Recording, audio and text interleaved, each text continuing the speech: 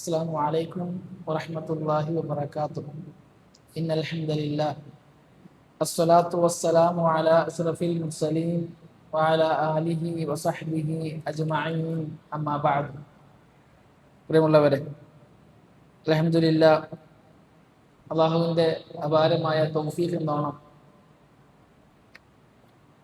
ഇൽമിനെ നശ്ർ ചെയ്യുക, പ്രചരിപ്പിക്കുക എന്ന വലിയൊരു ദൗത്യത്തിൻ്റെ ഭാഗമായി സാധാരണക്കാർക്കിടയിൽ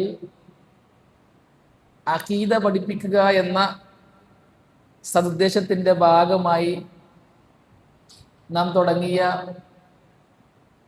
ഒരു സംരംഭത്തിൻ്റെ ആദ്യ ക്ലാസ്സിലാണ് നാം ഓരോരുത്തരും ഉള്ളത്.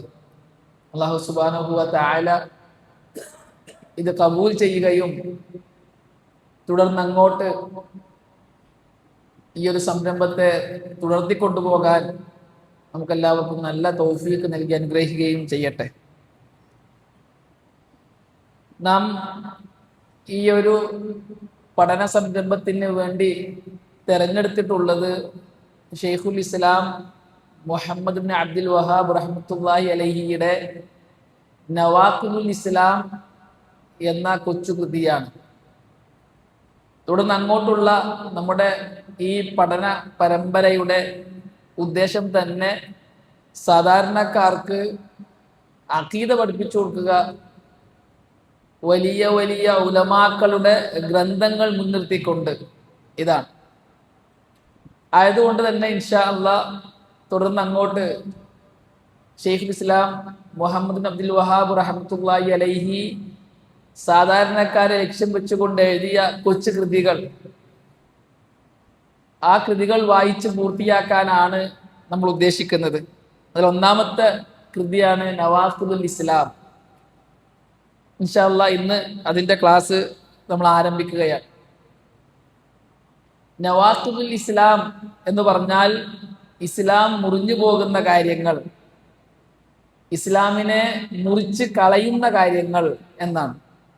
നഖല യൻഖുദു നഖ്ലൻ എന്ന് പറഞ്ഞാൽ മുറിച്ച് കളയുക, ബാത്തിലാക്കുക എന്നൊക്കെയാണ്. നാഖിലുൻ എന്ന് പറഞ്ഞാൽ മുറിച്ച് കളയുന്നവൻ, മുറിച്ച് കളയുന്നവ, മുറിച്ച് കളയുന്നത്. നാഖിലുൻ എന്നതിൻ്റെ ബഹുവചനമാണ് നവാഖിൽ.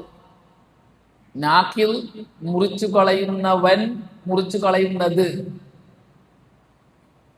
ഇവിടെ മുറിച്ചു കളയുന്ന കാര്യങ്ങൾ ഗൈറു ആഖിലായതുകൊണ്ട്, ബുദ്ധിയില്ലാത്ത മനുഷ്യന്മാരല്ലാത്ത കാര്യങ്ങളായതുകൊണ്ട് തന്നെ അതിനെ ബഹുവചനമാക്കുമ്പോൾ നവാഖിൽ എന്ന പേരിലാണ് അതിനെ ബഹുവചനമാക്കുക. മുറിച്ചു കളയുന്നവ, നാഖിലുൻ ജംഅ നവാഖിൽ. നവാഖിലുൽ ഇസ്ലാം, ഇസ്ലാമിനെ മുറിച്ചു കളയുന്ന കാര്യങ്ങൾ എന്ന് പറഞ്ഞാൽ ഇസ്ലാമിനെ ബാത്തിലാക്കി കളയുന്ന കാര്യങ്ങൾ എന്നാണ്. ഷെയ്ഖുൽ ഇസ്ലാം മുഹമ്മദ് ബിൻ അബ്ദുൽ വഹാബ് റഹ്മത്തുള്ളാഹി അലൈഹി ഈ ഗ്രന്ഥത്തിന് ഇങ്ങനെയൊരു പേര് നൽകാനുള്ള കാരണം സാധാരണക്കാരെ ഉദ്ദേശിച്ചുകൊണ്ടാണ്. സാധാരണക്കാർക്ക് പരിചയമുള്ള ഒരു പ്രയോഗമാണ് നവാഖിൽ എന്നുള്ള പ്രയോഗം. കാരണം സാധാരണയായി സാധാരണക്കാരെല്ലാവരും ഫിഖ്ഹി ഗ്രന്ഥങ്ങളൊക്കെ പഠിക്കുമ്പോൾ വുളൂ മുറിയുന്ന കാര്യങ്ങൾ, നിസ്കാരം മുറിയുന്ന കാര്യങ്ങൾ എന്നൊക്കെ പഠിക്കാറുണ്ട്. അതിലൊക്കെ നവാഖിബുൽ വുളൂ, മുബ്തിലാത്തുസ് സലാത്ത്, നിസ്കാരത്തെ ബാത്തിലാക്കുന്ന കാര്യങ്ങൾ, വുളൂഇനെ മുറിക്കുന്ന കാര്യങ്ങൾ എന്നിങ്ങനെ പഠിക്കാറുണ്ട്. അപ്പോൾ അതേ പ്രയോഗം അഖീദയെ ബാത്തിലാക്കുന്ന, ഇസ്ലാമിനെ ബാത്തിലാക്കി കളയുന്ന കാര്യങ്ങൾക്ക് പ്രയോഗിക്കുമ്പോൾ സാധാരണക്കാർക്ക് പെട്ടെന്ന് അത് ഗ്രഹിക്കാൻ പറ്റും. അതിന്റെ ഗൗരവം തിരിയും. മറ്റെന്ത് പേരിട്ടാലും അതിന്റെ ഈ ഗൗരവം അതിന് കിട്ടുകയില്ല.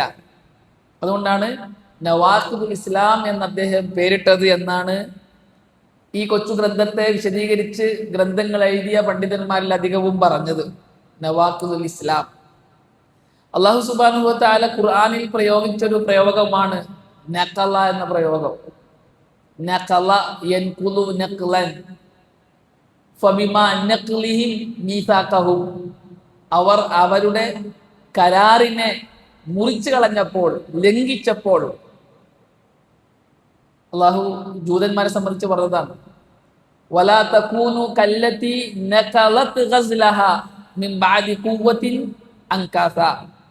വലാ തകൂനു, നിങ്ങൾ ആകരുത്, കല്ലത്തി, ഒരു പെണ്ണിനെ പോലെ ആകരുത്, നഖലത് ഗസ്ലഹ, അവൾ അവളുടെ പിരിച്ച കയറിനെ പൊളിച്ചു കളഞ്ഞു, മിൻ ബഅദി ഖുവ്വത്തിൻ അൻകാസ, അത് ശക്തമായ കയറായതിനു ശേഷം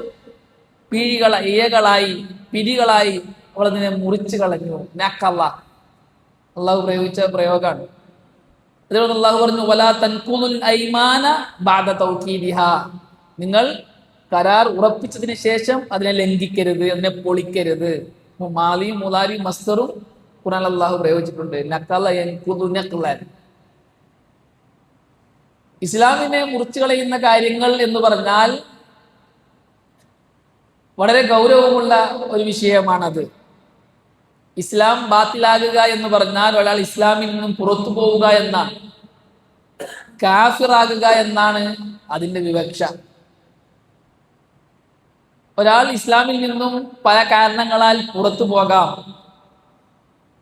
കുഫർ ഒരു വ്യക്തിയിൽ സംഭവിക്കാം.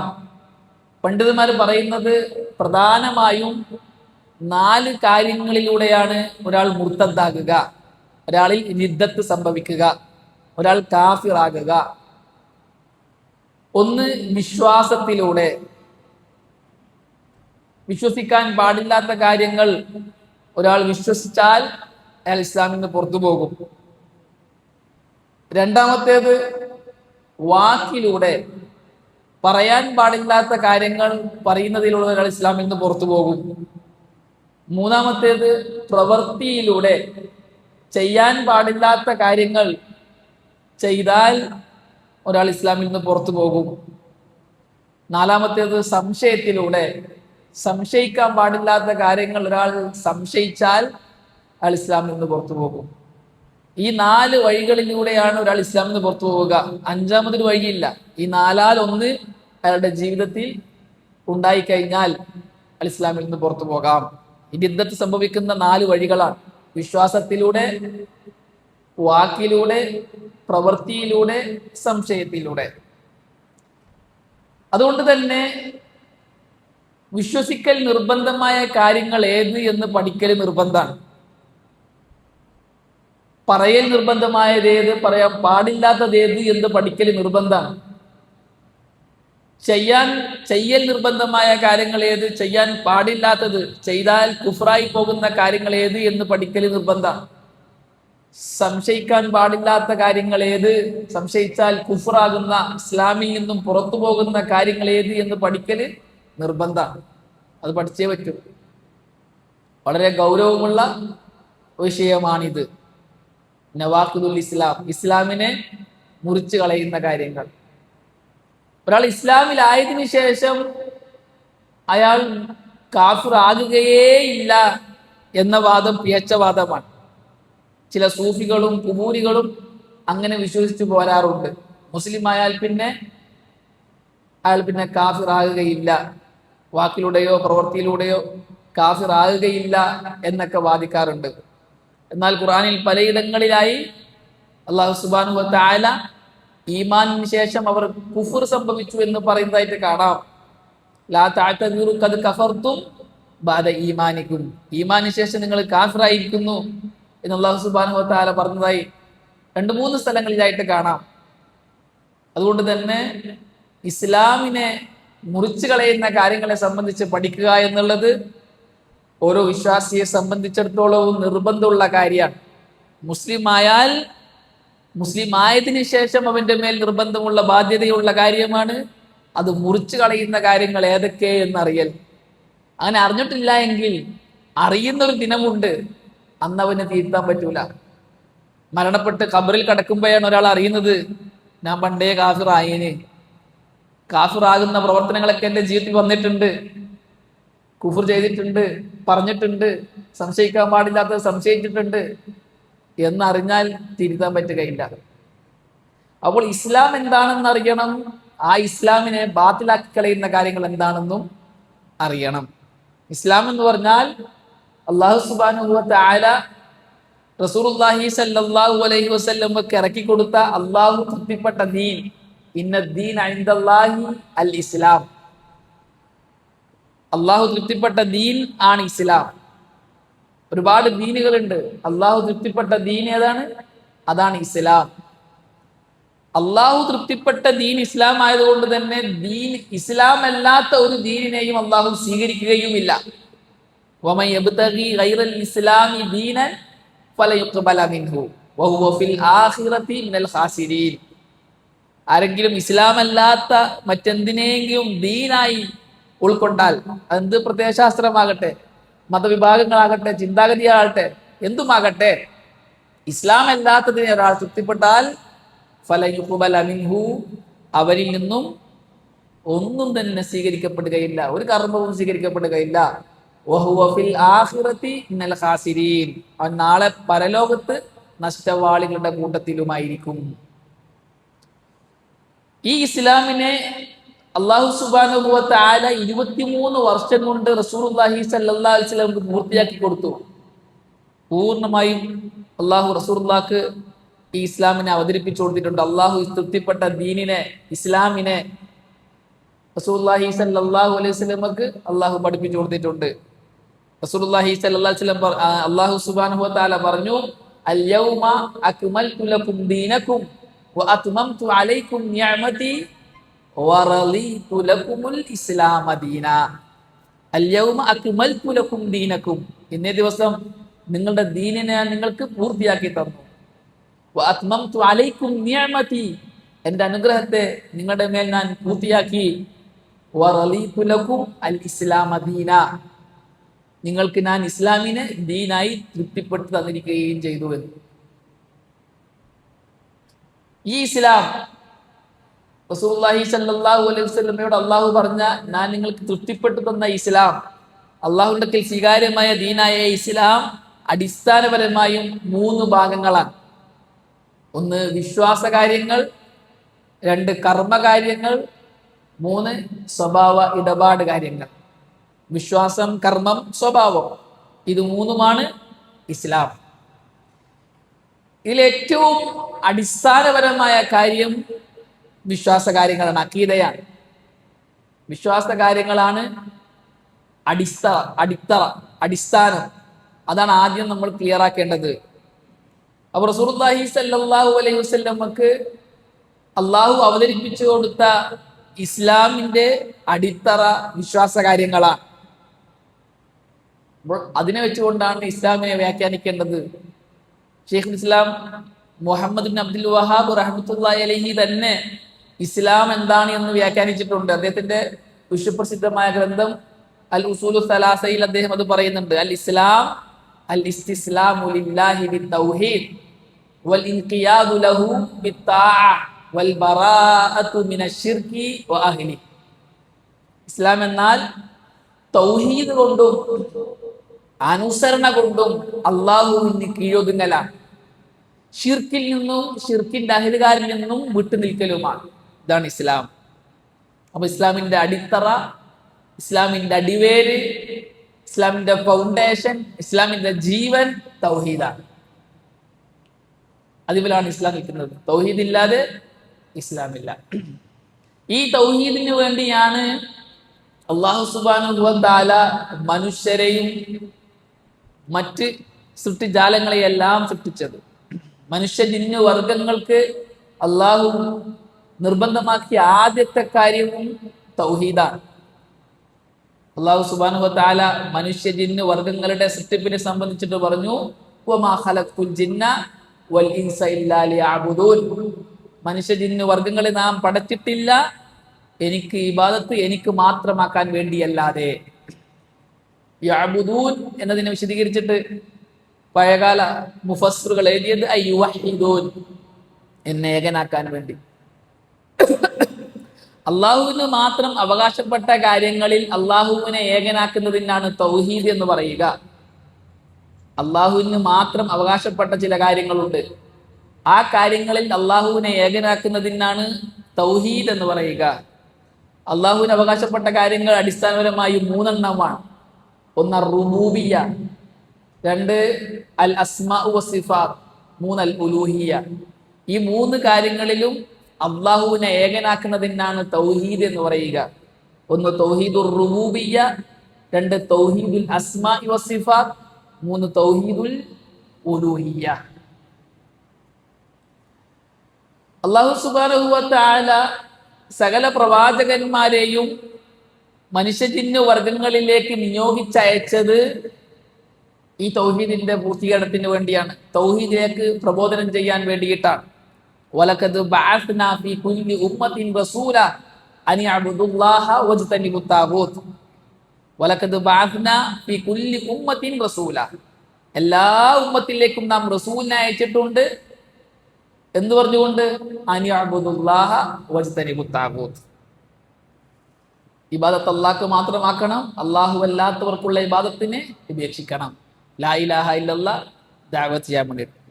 തൗഹീദ് എന്ന കലിമത്ത് കൊണ്ട് ഈ മൂന്ന് അവകാശങ്ങളെ അള്ളാഹുവിനെ ഏകനാക്കുന്നതിനാണ് തൗഹീദ് എന്ന് പറയുക. അതാണ് കലിമത്ത് കൊണ്ട് ഉദ്ദേശിക്കുന്നത്.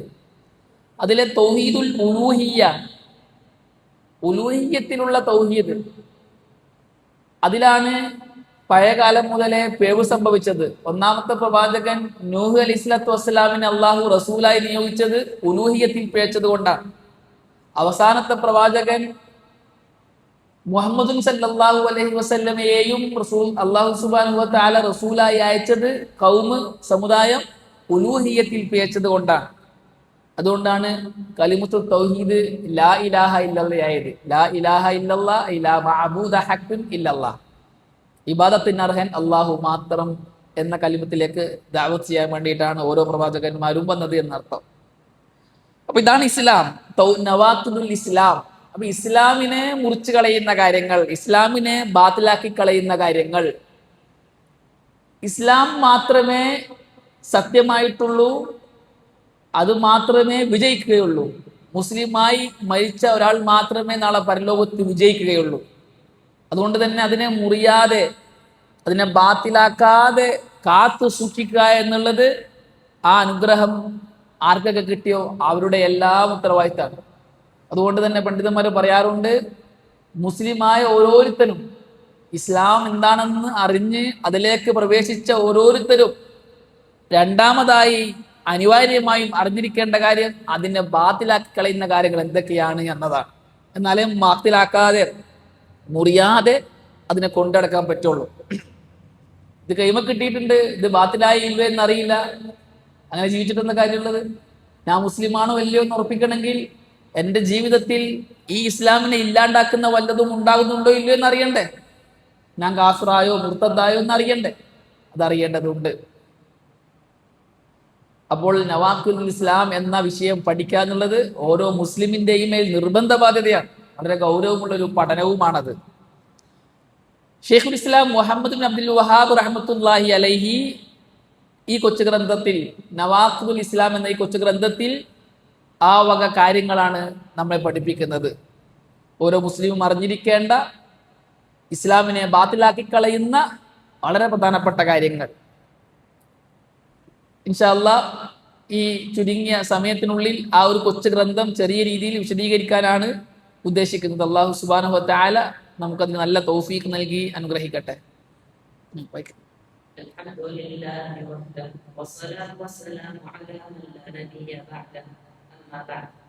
നവാഖിദുൽ ഇസ്ലാം لإمام الدعوة الشيخ محمد بن عبد الوهاب بن سليمان التميمي. بسم الله الرحمن الرحيم. اعلم أن من أعظم نواقض الإسلام 10. നവാഖിദുൽ ഇസ്ലാം എന്ന ഗ്രന്ഥം എഴുതിയ പണ്ഡിതൻ Muhammad bin Abdul Wahhab bin Sulaiman at-Tamimi, ഹിജ്റ 1206 മരണപ്പെട്ടു പോയ പണ്ഡിതനാണ്. അദ്ദേഹം സലഫികൾക്കിടയിൽ അറിയപ്പെടുന്നത് ഇമാമുദ്ദഅവ എന്ന പേരിലാണ്. അതേപോലെ തന്നെ ഷെയ്ഖുൽ ഇസ്ലാം എന്നും അദ്ദേഹത്തെ സംബന്ധിച്ച് സലഫി പണ്ഡിതന്മാരും പ്രബോധകന്മാരും വിളിക്കാറുണ്ട്. ഷെയ്ഖുൽ ഇസ്ലാം പൊതുവെ സലഫികൾ വിളിക്കാറുള്ളത് ഷെയ്ഖുൽ ഇസ്ലാം ഇബ്നു തൈമിയ്യ റഹ്മത്തുള്ളാഹി അലൈഹിയാണ്. അതേപോലെ സർവ്വവ്യാപകമായി എല്ലാവരും ഷെയ്ഖുൽ ഇസ്ലാം എന്ന് വിളിക്കുന്ന മറ്റൊരു വലിയ പണ്ഡിതനാണ് മുഹമ്മദ് ബിൻ അബ്ദുൽ വഹാബ് റഹ്മത്തുള്ളാഹി അലൈഹി.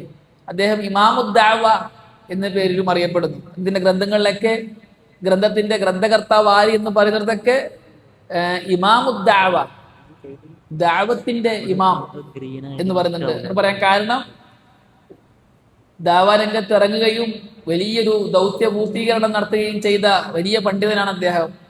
അദ്ദേഹത്തിന്റെ നാട്ടുകാർ ഷിർക്കിലും കുഫറിലുമായി കഴിഞ്ഞുകൂടുന്ന ഒരു കാലഘട്ടത്തിൽ മരങ്ങളെയും കല്ലുകളെയും മറ്റും ആരാധിച്ചു പോരുന്ന ഒരു മുസ്ലിം ജനവിഭാഗത്തെ, പേരിന് മുസ്ലിമാണെങ്കിലും കല്ലുകളെയും മരങ്ങളെയൊക്കെ ആരാധിച്ചിരുന്ന, ദർഗകളെ പൂജിച്ചിരുന്ന ഒരു സമൂഹത്തിലേക്കാണ് ഇമാം മുഹമ്മദ് ബിൻ അബ്ദുൽ വഹാബ് റഹ്മത്തുള്ളാഹി അലൈഹി ദഅവത്തുമായി ഇറങ്ങുന്നത്. ആ ദഅവത്ത് പൂർണ്ണ വിജയം കണ്ടു. ഒരു രാഷ്ട്രത്തെ തന്നെ മാറ്റാൻ അദ്ദേഹത്തിന്റെ ദഅവത്തിലൂടെ അദ്ദേഹത്തിന് സാധിച്ചു. അതുകൊണ്ടാണ് ഇമാമുദ്ദഅവ എന്ന പേരിൽ അദ്ദേഹം അറിയപ്പെടുന്നത്. അദ്ദേഹം ഈ ഗ്രന്ഥം ആരംഭിക്കുന്നത് യഅലം, നീ അറിയണം, അന്ന മിൻ അഅ്ളമി നവാഖിദിൽ ഇസ്ലാമി അശറ, ഇസ്ലാമിനെ മുറിച്ചു കളയുന്ന ഗൗരവപ്പെട്ട കാര്യങ്ങളിൽ പെട്ടതാണ് 10. ചില നുസ്ഖകളിലുള്ളത് യഅലം അന്ന നവാഖിദൽ ഇസ്ലാം അശറ, നീ അറിയണം ഇസ്ലാമിനെ മുറിച്ചു കളയുന്ന കാര്യങ്ങൾ 10. ചില നുസ്ഖകളിലുള്ളത് ഇന്ന മിൻ അഅ്ളമി നവാഖിദിൽ ഇസ്ലാമി അശറ, ഇസ്ലാമിനെ മുറിച്ചു കളയുന്ന ഗൗരവപ്പെട്ട കാര്യങ്ങളിൽ പെട്ടതാണ് 10 എന്ന്. അപ്പം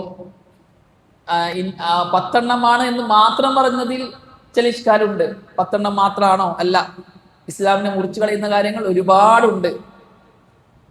പിന്നെ അന്ന നവാഖിദൽ ഇസ്ലാം അശറ എന്ന് മാത്രം എന്താണ് അദ്ദേഹം പറഞ്ഞത് എന്ന് പണ്ഡിതന്മാർ ചർച്ച ചെയ്തിട്ടുണ്ട്. അതേപോലെ തന്നെ ഇന്ന മിൻ അഅ്ളമി നവാഖിദിൽ ഇസ്ലാമി അശറ, ഇസ്ലാമിനെ മുറിച്ചു കളയുന്ന ഗൗരവപ്പെട്ട കാര്യങ്ങളിൽ പെട്ടതാണ്, ആഴമായ കാര്യത്തിൽപ്പെട്ടതാണ് അശറ 10. അപ്പോൾ ആ പ്രയോഗത്തിൽ നിന്ന് മനസ്സിലായി 10 അല്ലാത്തതും ഉണ്ട്. ഈ 10 ആഴമിൽ പെട്ടതാണ് എന്ന് മനസ്സിലായി. എന്തായാലും എന്തുകൊണ്ട് ഈ 10 മാത്രം അദ്ദേഹം എണ്ണി എന്ന വിഷയത്തിൽ പണ്ഡിതന്മാർക്കിടയിൽ ചർച്ചയുണ്ട്. പല പണ്ഡിതന്മാരും പല കാരണങ്ങളും അതിനെ സംബന്ധിച്ചിട്ട് പറഞ്ഞിട്ടുണ്ട്. ഏറ്റവും നല്ല കാരണം അദ്ദേഹം തന്നെ അദ്ദേഹത്തിന്റെ ഗ്രന്ഥത്തിൽ അത് പറയുന്നുണ്ട് എന്നതാണ്. ഈ കിതാബിന്റെ അവസാനത്തിൽ അദ്ദേഹം അത് പറയുന്നുണ്ട്. എന്താണ് ഈ 10 കാര്യങ്ങളെ അദ്ദേഹം തിരഞ്ഞെടുക്കാൻ കാരണമെന്ന് അതിലൂടെ നമുക്ക് ബോധ്യമാകും. എന്താണത്? ഇത് അധികവും സംഭവിക്കുന്ന ശിർക്കൻ കുഫ്റൻ പ്രവർത്തനങ്ങളിൽപ്പെട്ടതാണ്. അധിക ജനങ്ങൾക്കിടയിലും അത് സംഭവിച്ചിട്ടുണ്ട്. മാത്രമല്ല വളരെ ഗൗരവമുള്ള കാര്യത്തിൽപ്പെട്ടതുമാണ് എന്ന് അദ്ദേഹം പറയുന്നുണ്ട്.